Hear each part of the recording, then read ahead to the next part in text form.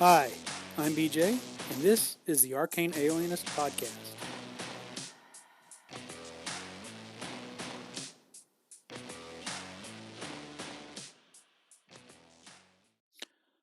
Hello, everybody. Welcome to the Arcane Alienist. We've had a little bit of a break. I got kind of busy uh, and was not able to sort of finish up the scripting I needed to do for the last part of this episode as we finish our my initial solo play adventure with the Black Sword Hack.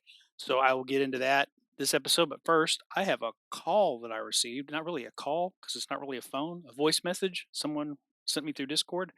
Anyway, let's see what this is all about. Hey BJ, Riley here. I just wanted to call in. To be honest, I thought I had. I must have thought about doing it, listening to one of your episodes, and thought about what I was going to say, and didn't record it and didn't send it. I looked. I don't have a file recorded, and the last call in I sent you was quite a while ago, so I don't think I did. I apologize if I'm kind of repeating what I have already sent you, and then you can ignore this. Really enjoying the Black Sword Hack solo play. Again, I like the format of you kind of going through how it played, like how you actually played it, and then the narrative of it. I'm especially liking that you are going through a sort of a mystery, an investigation, really a social scenario. I feel like it's quite easy to solo play a combat heavy dungeon crawl, right? It's very procedural. You don't have to think too much. You just move through the corridors and the rooms. You populate them randomly on the fly, and you roll combat, and you go through it, right? That's very easy. You can work that out. But it's a really nice to see how you can run a social game solo. And I think the Oracle seems to be doing a lot of heavy lifting for helping you express the narrative that you're doing. Obviously, your creativity is doing the actual heavy lifting, but the Oracle seems to be a great tool. Don't know if you've got any thoughts on that. You know, solo playing social scenarios. But I'd be interested to hear how it's going, and if you've got any thoughts. Keep it up. Looking forward to the final episode to see what happens. So, bye for now. Thank you for the call, Riley. That is Riley of the Diegetic Advancement Podcast. I'll put a link to that in this episode description. Also, recently got to play a little bit Mortborg with Riley. I'll probably do an after action report of that. I think we're going to try to get together and play one more session sometime in the near future. But had a great time. Him being in Australia, it kind of works out that mid morning on Saturday is kind of late evening for me here in the central United States. So that kind of timing worked out well for us. So hopefully we'll get to finish that again. Yeah, I think you're right that the Oracle does do some heavy lifting. I'm kind of curious to see how much I need the Oracle once we get through this initial. We've got some world building, some facts about the setting, some maybe recurring characters or NPCs, and just facts about the world in general that maybe once they're settled into place, I may not need the Oracle as much for that. I don't know. We'll see. I think where the Oracle really helps with this is trying to figure out what NPCs are up to, what they may be motivated by. If it's not inherently clear, again, as we have more of those in place, it may maybe require less of that. But I think when you're when you're solo playing, as both the player and the GM, the Oracle and really a lot of the procedures that you use in solo play really have to keep you from putting your thumb on the scales in favor of yourself. So I don't know. Again, I don't know how much we'll abandon the Oracle or see less use in the future. We'll just have to see. But I do appreciate the fact that it sort of keeps things keeps me guessing. I have a general idea of where the plot is, and then it keeps me guessing with all as we fill in the details. And it also sort of doesn't just give my character that omniscient view, even though as I've commented a couple times, me as the storyteller or the game master or the person playing the game, I may know in advance kind of who the villain is or what the plot is or what they're up to. But that oracle allows me to keep the character I'm playing benefiting from that knowledge. So it's sort of a check against the tendency to metagame. So we'll just have to see where things go in the future. But I appreciate the call, Riley. It is an interesting experience doing this solo play. I have done some solo play before, just like you said, procedural dungeon crawls where the characters are more just sort of game pieces to move around. I didn't have to think about their motivations or anything because the mission was simply to get through the dungeon, get the treasure, rescue the prisoner, whatever the case may be. And you can kind of play that without a lot of heavy role playing versus more of an investigation where there are lots of social encounters and having to pick up on information and make use of it.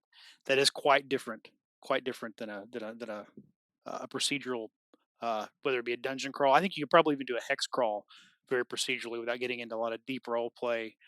Um, Although you could, I guess, depending on what you randomly roll up in a hex crawl, but uh, maybe more thoughts on that another time. Anyway, again, Riley, appreciate the call. Good to hear from you. And now we will move over and get into uh, our actual finale. I believe we'll have on this episode of A Brother's Lament. So here we go.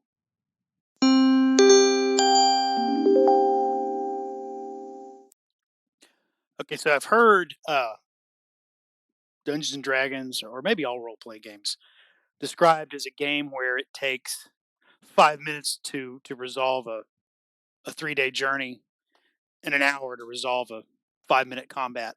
And this may be a good example of that. I mean, that really we've just got here uh, a minor social interaction and then the finale with the face off with the villain. Uh, but between the villain's exposition and rolling out the combat, uh, you're going to see the narrative may take a lot longer than it takes me to just describe what happens from just rolling the dice and seeing what happens. So uh, we'll get into it here. One thing I did do want to say is that I wanted to try to figure out how best to create a villain here. It's going to turn out to be kind of a necromancer, which is fitting for a mortician who is secretly a warlock, I think. And there is a necromancer in the core rules of the Black Sword hack. However, it is way beyond a couple of second level char- uh, characters to, or a first level and a second level character to stand against. It is. Let me find the. Yeah, there are a couple different types of sorcerers in the core rules. Necromancer is a level 6 foe, which means that's kind of way beyond again a second level character backed up by a first level character. So what I did is I kind of uh, dialed it down a little bit. I made him a third level uh, opponent, which affects his die rolls and some things like that. Let me explain again briefly how villains or opponents or monsters work. NPCs, their hit points and they do flat damage and have a set number of hit points based on their level. So I dialed them back from a 6 to a 3, which gives them 15 hit points and a damage of 6.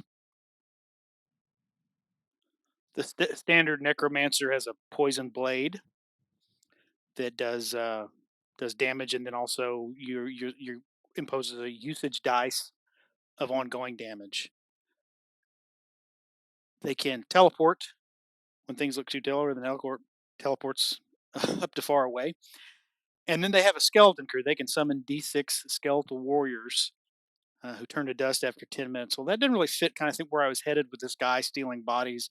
So I used I basically he's got going to have zombies, but I just used the skeleton warrior stats um, for the for the zombies. They're level 3. I dialed them back to level 1 opponents. Uh, so he's got level 1 zombies, that means the stats for skeletal warriors dialed back. And then instead of being a level 6 necromancer, he's a level 3. And I got rid of that teleport ability. I felt like that was probably the more powerful, and I wanted to give a fair chance of them capturing or killing this guy. So instead of just summoning zombies or having a horde there, I'm going to say that he can activate one zombie. He can awaken one zombie um, per round on his turn, and so that then it starts off slow, but if you don't take care of it, it becomes a you know uh, a mob of zombies coming after you. Anyway, that's what I did, just stats wise, because when I get in here, I'm going to start describing a little more of the roles. But when we left off last time, Dolan had departed along with this thief Thorn, who he had hired to spy on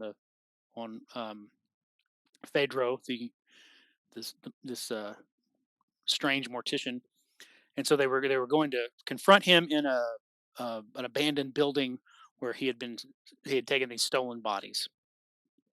And remember that she had seen him uh, painting some kind of runes or sigils on the bodies, and then she snuck away to come back and report in.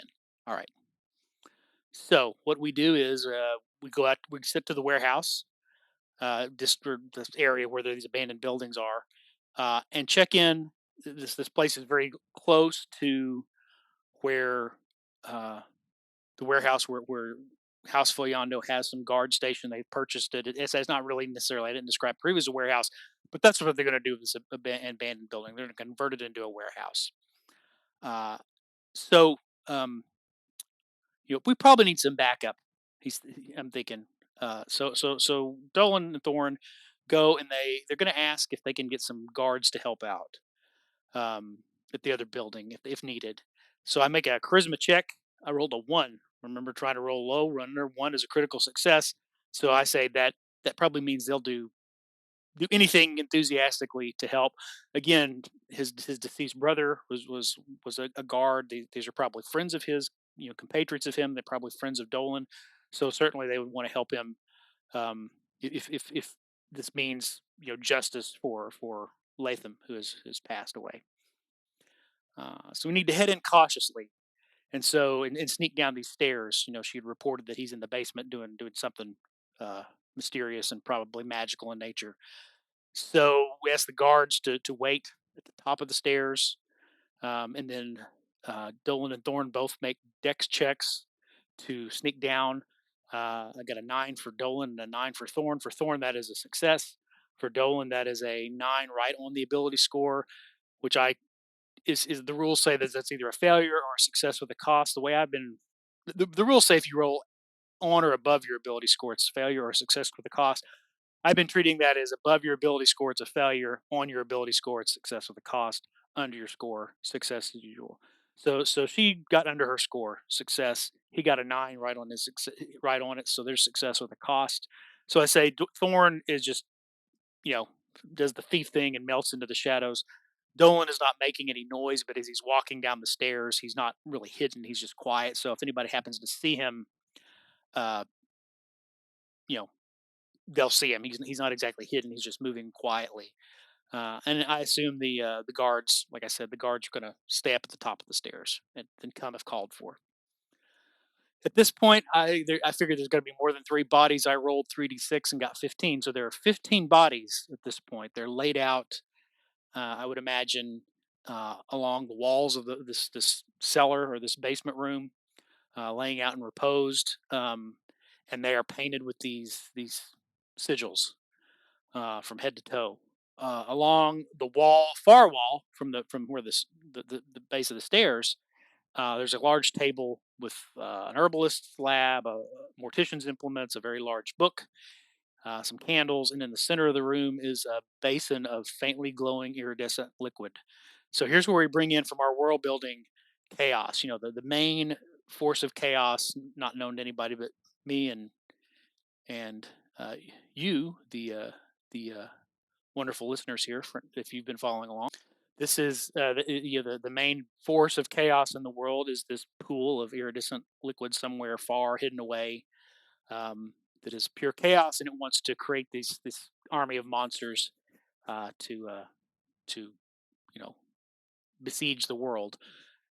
So here we've got this guy's found a little piece of it, and he's using it to create monsters in the form of zombies to set about helping with that. Um, so here we go to the oracle. Is he in the room with the bodies? I get a yes, but. So my but is he's here, but he's about to leave. Um, so he is heading straight for us, and he sees Dolen. Of course, Thorn remains hidden. Dolan has an ability to remember if he's going to talk, he gets to go first in initiative. Of course, rather than just roll initiative, I just say the guy turns around and sees them, and Dolan immediately makes a charisma check, got a 7, which is a success, and so tells him, I'm surprised to see you here. This is really a coincidence. The building is a building nearby that we acquired. We heard some strange sounds over here. I came to investigate. What's with all these bodies? Is the morgue full? What are they doing here? Uh, will then I go return to the oracle? Will the this necromancer attempt to talk his way out of this? Yes.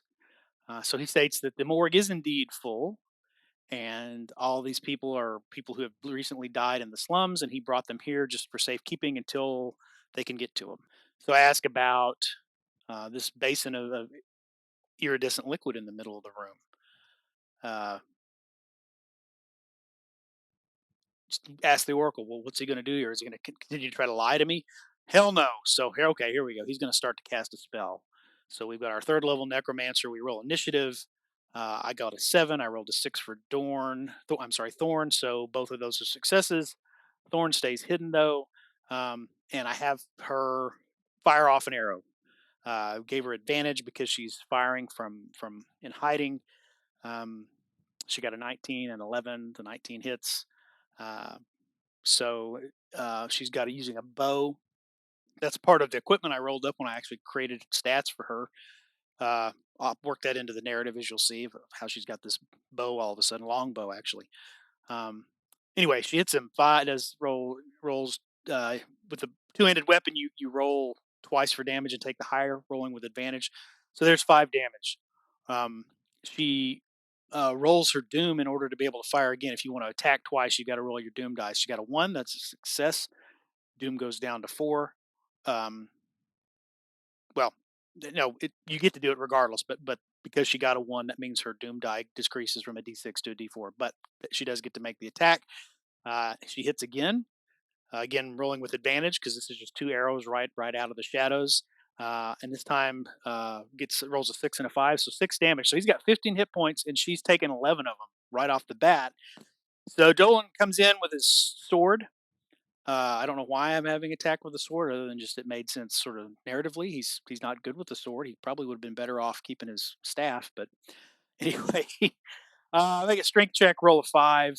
Uh, and again, I got in keeping in mind all these. I've also got to add 2 to the number because this third level necromancer, he's higher. Probably should have been a +1 for Dolan because he's a second level character. But oh well, it is what happened happened, right? Hit for 2 damage. So now we've done 13 points to this guy. He's only got 2 hit points left. He is seriously wounded. So what does he do on his turn now? He activates one of his chaos zombies. Um,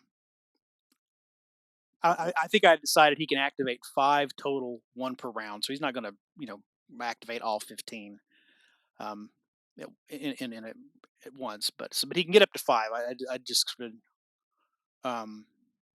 fact that's what that D6 was roll. How many can he activate? He can activate 5. Say 1 per round. So then he moves back to the work table and dives underneath.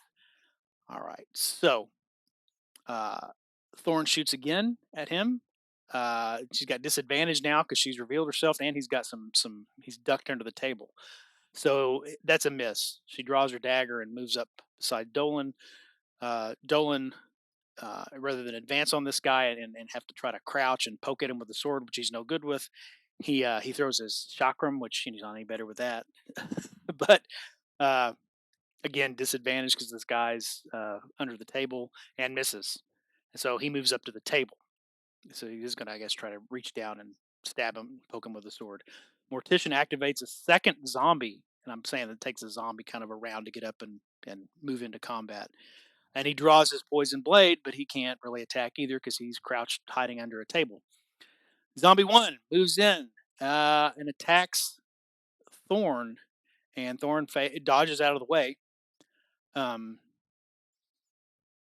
and so doesn't get hit.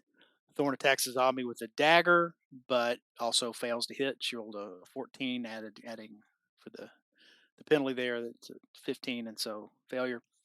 Um, and again, I probably, because these are zero level monsters, that probably should have. You know what? I think I am using them as level 3 now that I look at their stats.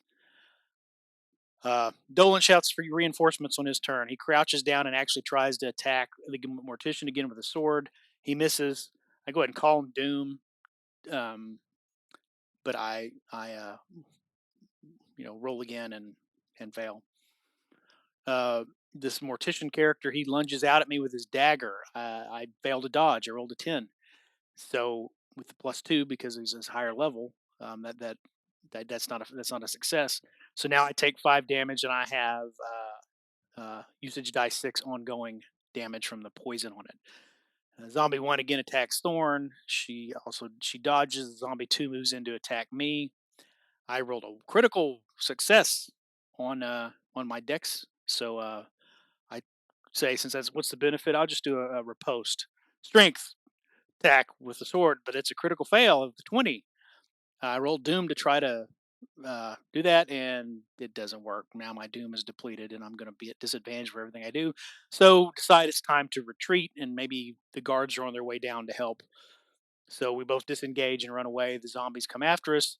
This mortician crawls out from under. Well, he's already kind of crawled out from under the table, but he kind of pursues at a distance to let the zombies uh, do their thing. Dolan takes another 5 points of poison. Roll the usage dice and a d6. I got a 1, so now it's down to a d4 for ongoing poison damage. Soldiers at the top of the stairs. Dolan moves safely and then applies a healing bomb to himself to get 4 hit points back. So now I have 5 hit points total.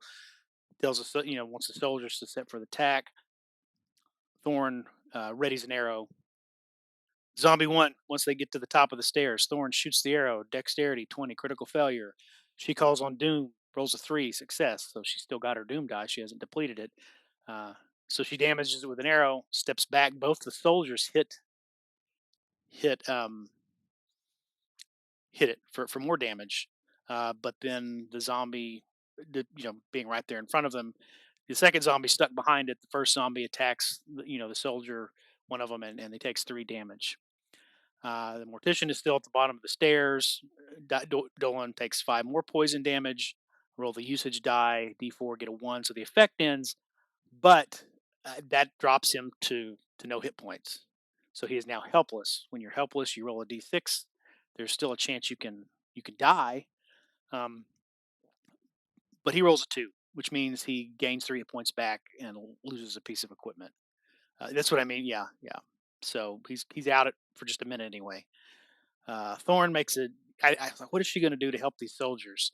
So she makes a dex check um, to use the soldiers as cover to slip in and out. She gets a critical success. So I'm going to treat that as a sneak attack. So she actually um, rolls advantage uh, on her attack, because she does this and hits it for 5 damage. The soldiers hit it again for 6 damage and kill it. But in the exchange, one of the soldier gets hit before the zombie dies, but his armor negated it.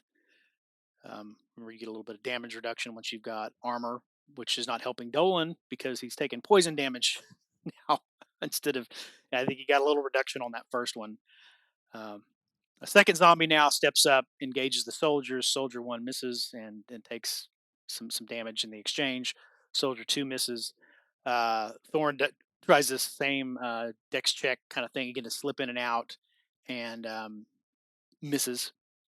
The mortician decides he's going to flee into the sewer, so he grabs his ritual book and takes off downstairs, unbeknownst to anybody else. The soldier exchanged some more blows with the zombie.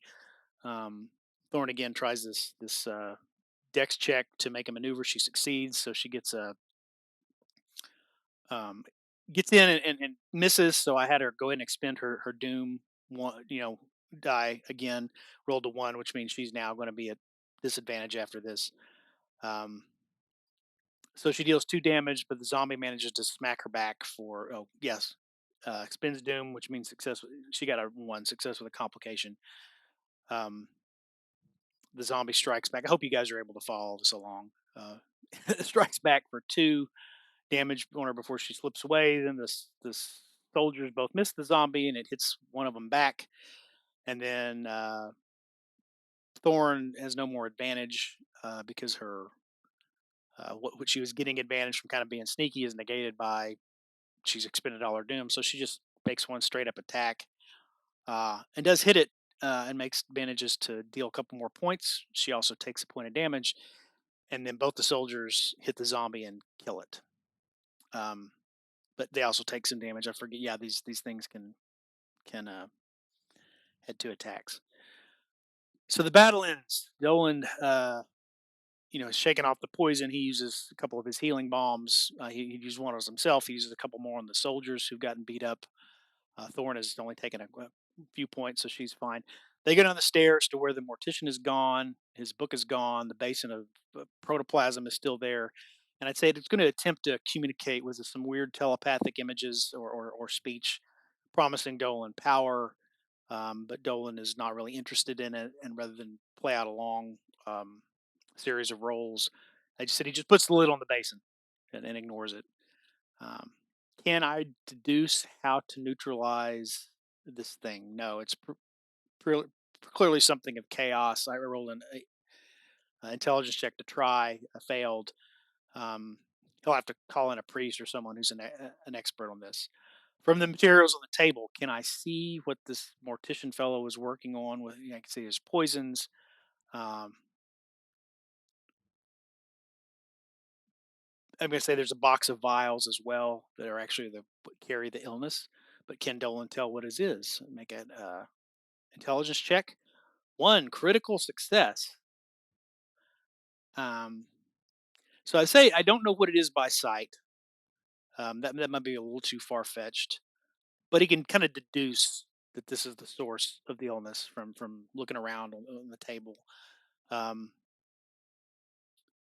and because it's a critical, I say also kind of we also kind of deduce that he went into the sewers, and Thorn probably knows how to get around in the sewers because she's a part of the thieves guild. And we're able to trace his. We will be able to trace his route to the well where he's been poisoning the water. Is it possible he left any notes behind on the illness? Yes, but I get when I roll the oracle, I get a yes, but it's in another language, foreign to me. I decided it's the language of the lost Umbrava, the city, the lost city of a dying species that comes up from the world building. We can get it translated, of course, and it will reveal that this guy summoned a plague demon to help him distill this illness and magically this is a magical infusion when it goes into the well. Um, Also, I ask, can the chaos line be destroyed here? Yes, but so I say, there's a good other uh, follow up quest. It can't be. We're gonna have to get something, maybe an artifact representative of the forces of law, to destroy it. And there's people here in the city who could destroy it, but they're going to need this artifact first. So we would say Thorn, the NPC, levels up to second. Um, Dolan, as it's already a second level character, so he's going to need one more adventure before he can level up to third. So that's how that ended. All right, let's put this in narrative form.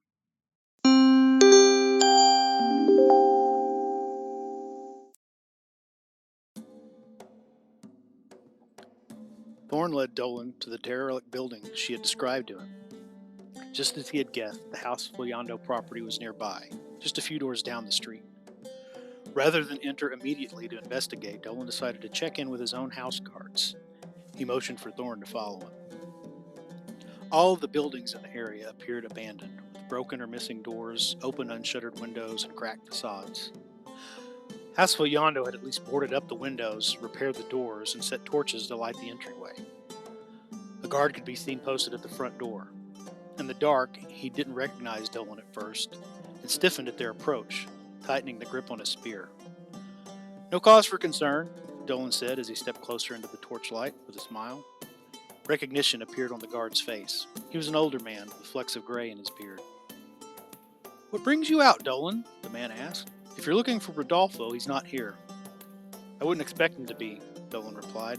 The man chuckled and gave a knowing nod. "There's trouble about," he continued. "We have cause to believe that Latham's death wasn't just bad luck. There's a man in a building up the street we think is responsible." "We?" the guard asked, looking curiously at Thorn. "She's a witness," Dolan said. He wasn't sure how to explain Thorn's presence quickly and efficiently, and it seemed like a bad idea to persist in the story that she was his niece. "She showed me where to find him." Well, that much was true anyway. "How many of you are on duty here?" "6, the guard told him. "Can you spare a couple of them?" Dolan asked. "I'm going in, but I don't know what I'll find in there." "Yes, we can," the guard said. "Not much happening here anyway, and if it means justice for Latham, even better. Wait here." He opened the door and stepped inside. "Thank you," Dolan called after him, and then turned to Thorn and told her, "You can go." The girl gave him an angry look. "Or you can wait here and see what comes of things if you like," he offered. "No," she said. "I want to see what's happening down there. I told you before, I wasn't afraid, I just didn't have time to get a good look around." "This is going to be dangerous," Dolan said, "and you've already been paid." "I'm going," she said. "No charge. I just want to see what's down there." Dolan thought about arguing. He didn't want to put someone this young in danger, although he was about the same age as her when Latham put a blade in his hand and led him away from the aisles. "All right," he said, "but just to have a look. Hang back and run at the first sign of trouble. I've got 2 professional soldiers backing me up if it turns violent." Shortly thereafter, Dolan approached the building Thorn had led him to before, followed by the 2 House Follando guards, one bearing a lantern. The girl trailed behind them. They stopped at the door. This was one of the few other buildings in the area that still had a functioning one, and Dolan tried the handle. It was locked. Thorn slipped effortlessly between the guards and ran her fingers over the door handle. She made a derisive snort.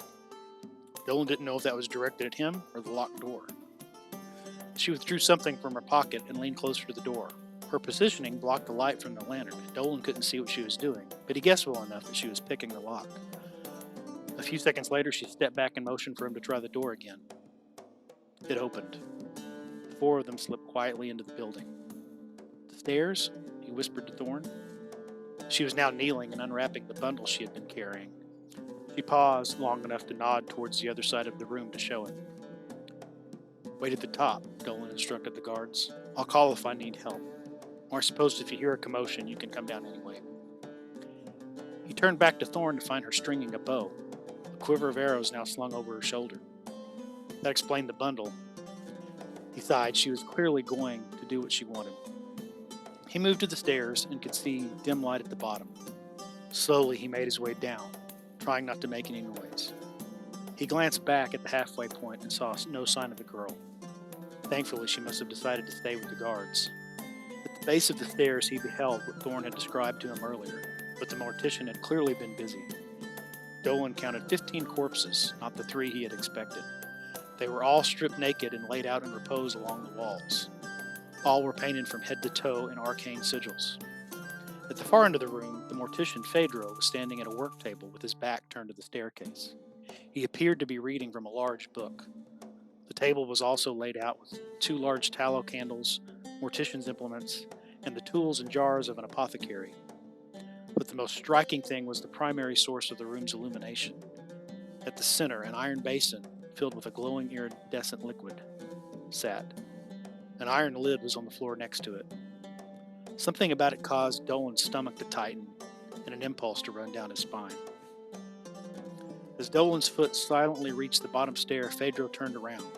He flinched at the sight of Dolan, clearly surprised, but immediately composed himself. "I'm surprised to see you here." Dolan put an emphasis on the "you" as he bluffed.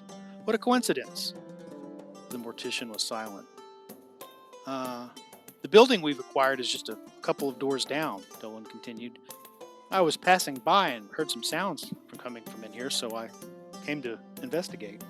Is the mortuary overfilled? Do you need extra room for all these bodies?" "Very astute, sir," Fedro said. "We are out of space. These poor folk have all recently died in the slums. I brought them here for now. What's in the basin? Dolen asked, cocking his head to the center of the room. Fedro paused as if considering what to say. He raised a hand towards the basin as if to point at it, but instead held his palm outstretched. His next words were nothing of any human language, but the incantations of a spell. Dolen rushed forward, drawing his sword. Surely even he could take this slightly framed warlock in a fight.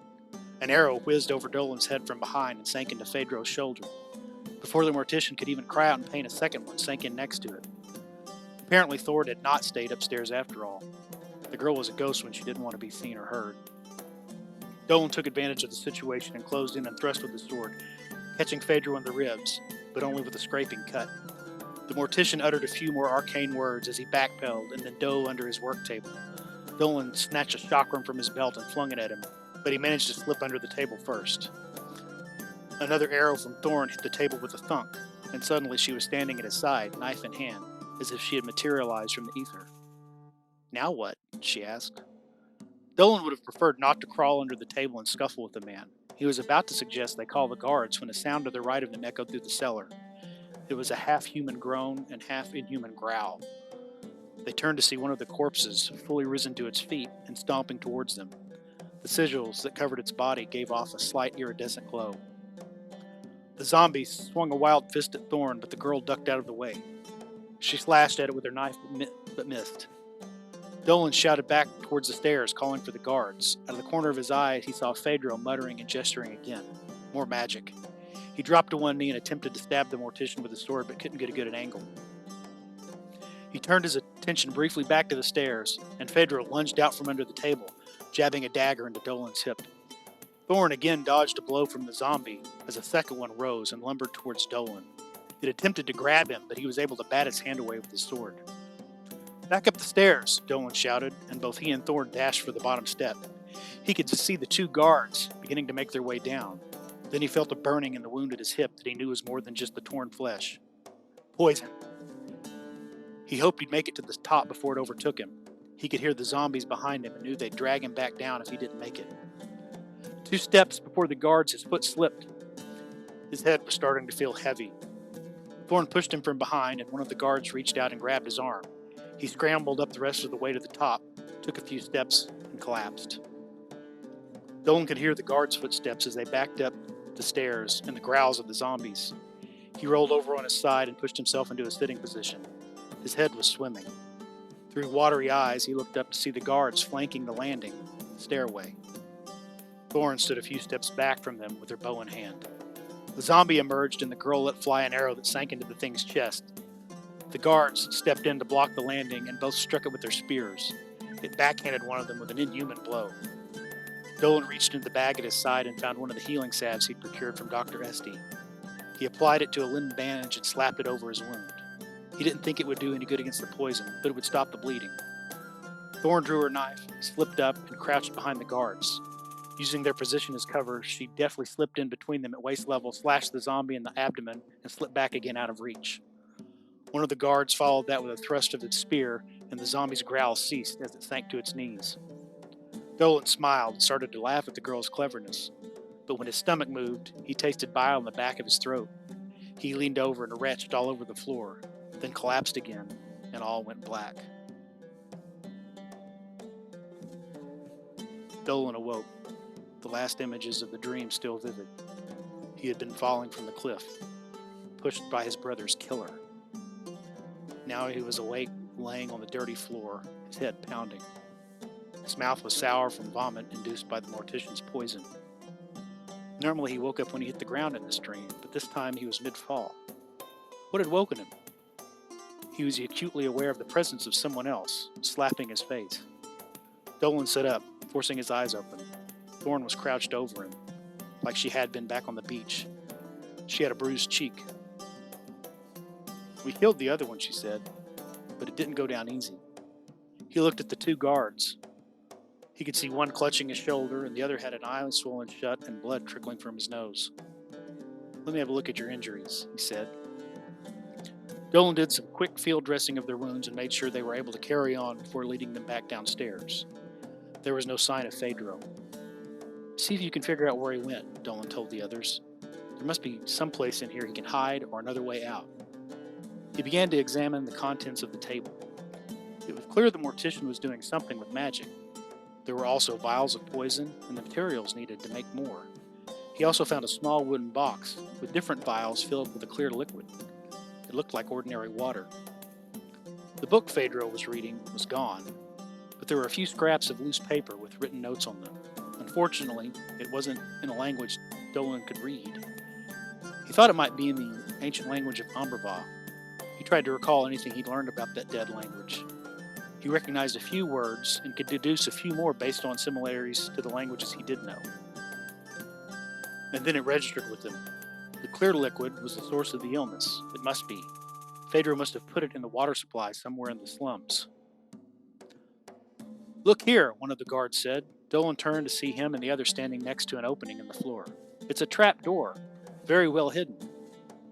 "It probably goes into the sewers," Thorn said. "He could be anywhere now." "Do you know your way around down there?" Dolen asked her, and she nodded. "You won't catch him," a voice said. "He may already be out of the city." Dolen looked around the room to his companions, who were gathered around the trapdoor, looking into the space below. He stared at the iron basin. "That's right," the voice said. Dolen realized he was hearing it in his own mind, not in his ears. It was coming from the iridescent liquid. "He fled after you destroyed the first of his reanimations, what you call a zombie," the liquid said. "What's the nature of your conflict with him? You don't expect me to believe you're just passing by and got curious." "The illness that's spreading," Dolen said. "He must have something to do with it." Everyone turned to look at him, but he held a hand up for silence. "What are you?" he asked. "I am many things. I am everything. I am nothing," it replied. "I am here. I am also everywhere else. All begins and ends with me." "A riddle?" Dolen asked. "No, a truth," it replied incredulously. "But it's more than your mortal mind could comprehend. But perhaps with a little more time you'd be able to see." "Where did he go?" Dolen asked. "I don't know," the liquid answered. "You're everything and everywhere at once, and you don't know?" Dolen said suspiciously. "I am but a part of myself," the liquid explained, and now it seemed melancholic. "Not whole. He found me, this part of me, trapped in this iron vessel." Then it raged. "Curse the dwarvish iron, and the Kadani priests who bound me." That explained a few things. The red iron that came from beneath Mount Blotyarn was mined only by the reclusive dwarves that lived there. It was used by warlocks and sorcerers of all kinds due to its supposedly latent magical properties. Apparently priests from the holy city of Gadon had used it to trap the thing. "He used my power to animate the bodies." The liquid was calm again. "We had a pact, you see. I help him, he helps me. But he fled.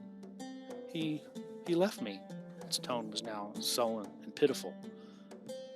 Dolen didn't know what was more unnerving, the fact that he was telepathically communicating with a puddle of sentient liquid, or that its shifting moods seemed to tug at his own emotions, trying to get them to match. He noted its colors seemed to stop shifting and settle briefly on a single hue when a strong emotion hit. "You caused the disease?" Dolen asked. "No," the liquid said. "I just reanimated the bodies once they died." He figured that other part out on his own. "What did he do?" Dolen pressed. What does it matter?" the liquid said. "He's gone, and I'm trapped here." Dolen thought it sighed, but he wasn't sure. "You could get me out of here, though. I can offer you things." "I want to know the nature of this illness," Dolen said, as a plan came to mind. "But I see that's outside of your understanding." "I said I didn't cause it." The liquid took the bait. "I didn't say I knew nothing. I have much knowledge that I can offer you. Knowledge, power, and more." "Not buying it," Dolen said. "You got yourself trapped in a dwarf's bucket. I should probably just go find a physician." The liquid mocked him. "No physician can fix this. You need me, mortal. You're no warlock. You won't be able to cleanse the demonic taint from the waters yourself." "That's true," Dolen said, "but for a price. Everything's available in the free cities." He reached down and grabbed the iron lid from the floor. He felt both anger and panic coming from the liquid. He clamped the lid down before it could say anything else. The room now grew dim. with the tallow candles on the work table the only source of light left. What the hell was that? Thorn asked. Chaos, Dolan said. With Thorn's help, they were able to make their way through the sewers to the slums and emerged near a well that was fed by the city's aqueducts. It was the middle of the night, but Dolan approached the nearest door he could find and began knocking loudly. The woman who resided there was unhappy at being woken in the night, but Dolan explained that the well had been poisoned and the word needed to be spread immediately. Thorn and the two guards knocked on a few doors as well, and soon the entire neighborhood was stirring. Dolan returned the two Foyando guards to their posts. Thorn managed to slip away from them somewhere between the slums and the warehouse. He returned home around dawn and made a full report of the night's adventure to Dama Amaya herself. House Foyando quickly dispatched more guards to set a watch on the second derelict building and secure its contents. Hoyer was sent with Dolan to oversee the removal of the iron basin and have it delivered to the care of a local order of Kadani priests. House Foyando saw to the proper burial of the bodies Fedro had collected and offered a small sum of silver to the families of those who could be identified, to ease their suffering from the knowledge that their loved ones had been so defiled. Most on the streets agreed that it was a kind gesture and a sign of the Foyando's largesse. The ruling council made an inquiry into the Morticians Guild and determined that Fedro was acting on his own. The guild nonetheless paid a hefty fine for its negligence. Dolan wondered if the fine was demanded by the council or offered by the guild to avoid further investigation. In the free cities, the difference between a fine and a bribe was not always clear. Dolan sat on a bench in the garden, taking in the combined odors of the various plants. He'd come together the herbs needed to replace the healing salves he'd taken, but he instead found himself sitting in contemplation. He heard someone approach, and Dr. Esty sat down beside him. The notes you found were translated, she said. This Fedro fellow was very clever. He apparently bound a plague demon of some kind to the well. The suspicion is that this was just the first part of it. He was going to eventually do the same thing all over the city. To what end, I hate to guess. I don't know that he was that clever all on his own, Dolan said. I think he may have been instructed by that thing in the iron basin. In either case, the physician said, he's a fugitive now. The council will put a bounty on his head and send messengers throughout the free cities and to other ports of trade. When will they do that? Dolan asked. Oh, you know how politics work here, she said. It'll happen. Not a single of the great houses will oppose it, but they'll spend a few weeks arguing over the amount, from where to draw the funds, probably even what type of ink to use on the wanted posters. She laughed. You think it'll take a month? Dolan asked. Oh, probably not that long, she said. Could the Dama make sure it takes that long? Why would she do that? The physician seemed puzzled. Hasfiando has done right by me, Dolan said. And my brother, he added. A fair salary, a place to live, it's hard to ask for much more. But if the Dama could just give me a month. For what? Dr. Esty asked. A head start, Dolan said. I'm going to find Fedro again myself, and this time, I'll actually kill him.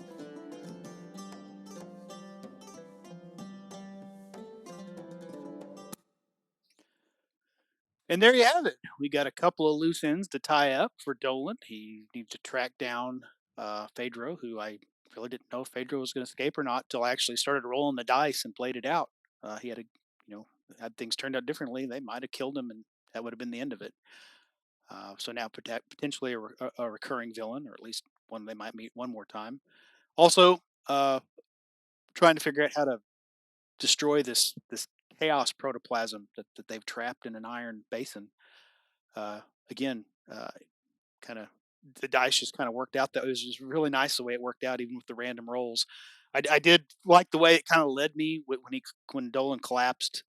Um, briefly from the poison to kind of do a callback to the opening of the story where he wakes up on the beach with Thorn trying to rob him. Well, now he wakes up on the floor of the warehouse with her trying to slap him awake.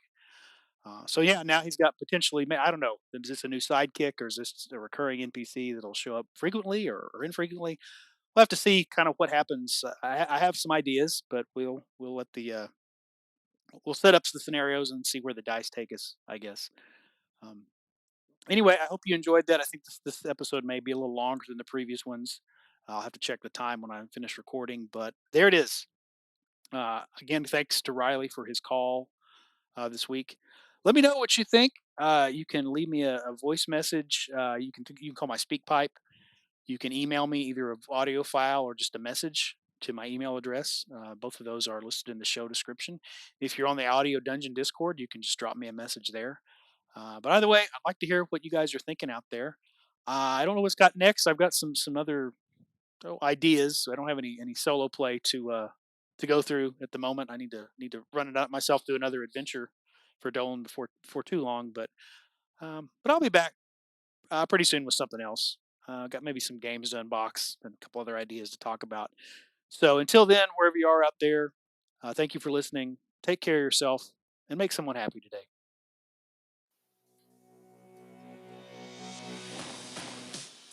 Thanks for listening to the Arcane Alienist podcast. The music you're hearing is Come and Get It by Scott Holmes Music. The cover art is by Dave Bone. Be sure to check out his stuff at ironseer.com. You can leave me a message. I have my SpeakPipe account linked to the show description. You can also send me an email at arcane.alienist@gmail.com. Just embed a voice memo, or I'll just read the text to your email during a future episode. Once again, thanks so much for listening.